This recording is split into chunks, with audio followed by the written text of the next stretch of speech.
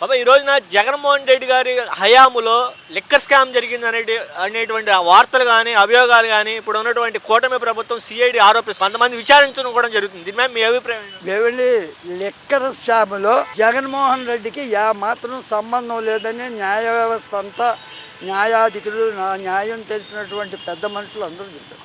మీరు కక్ష మీద నువ్వు ఎలాంటి పనులు చేస్తావో అందరికీ తెలుసు, కానీ నిన్నెవడూ శిక్షించలేకపోతున్నారు. చంద్రబాబు జగన్ ఇంట్లో బయలుదేరావా? వాళ్ళ తండ్రి కొడుకులుగా కేసులు బయలుదేరావా?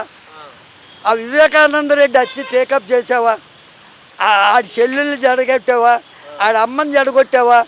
ఆఖరికి నువ్వేం గెలవగలిగావా? ఎందుకు నీకు ఈ ఆరోపణలు?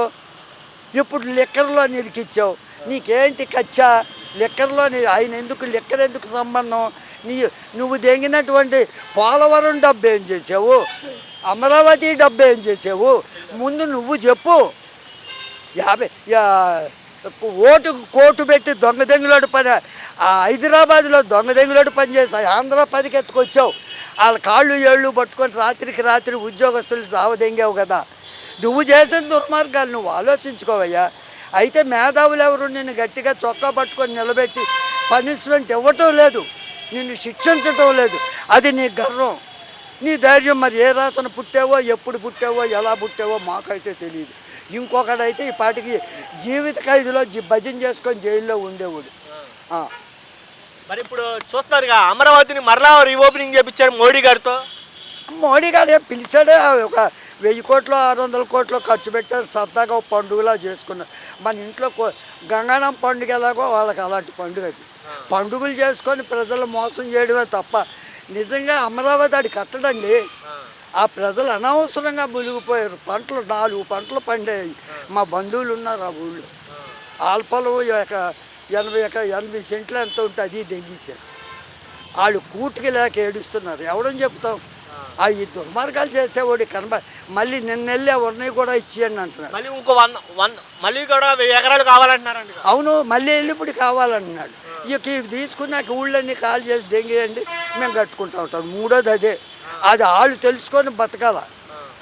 బాబాయ్ గతంలో చంద్రబాబు నాయుడికి 2 ఎకరాలు ఉన్నటువంటి చంద్రబాబు నాయుడు ఇన్ని కోట్ల రూపాయలు ఎలా సంపాదించాడంట? ఈ మాయా మాటలు.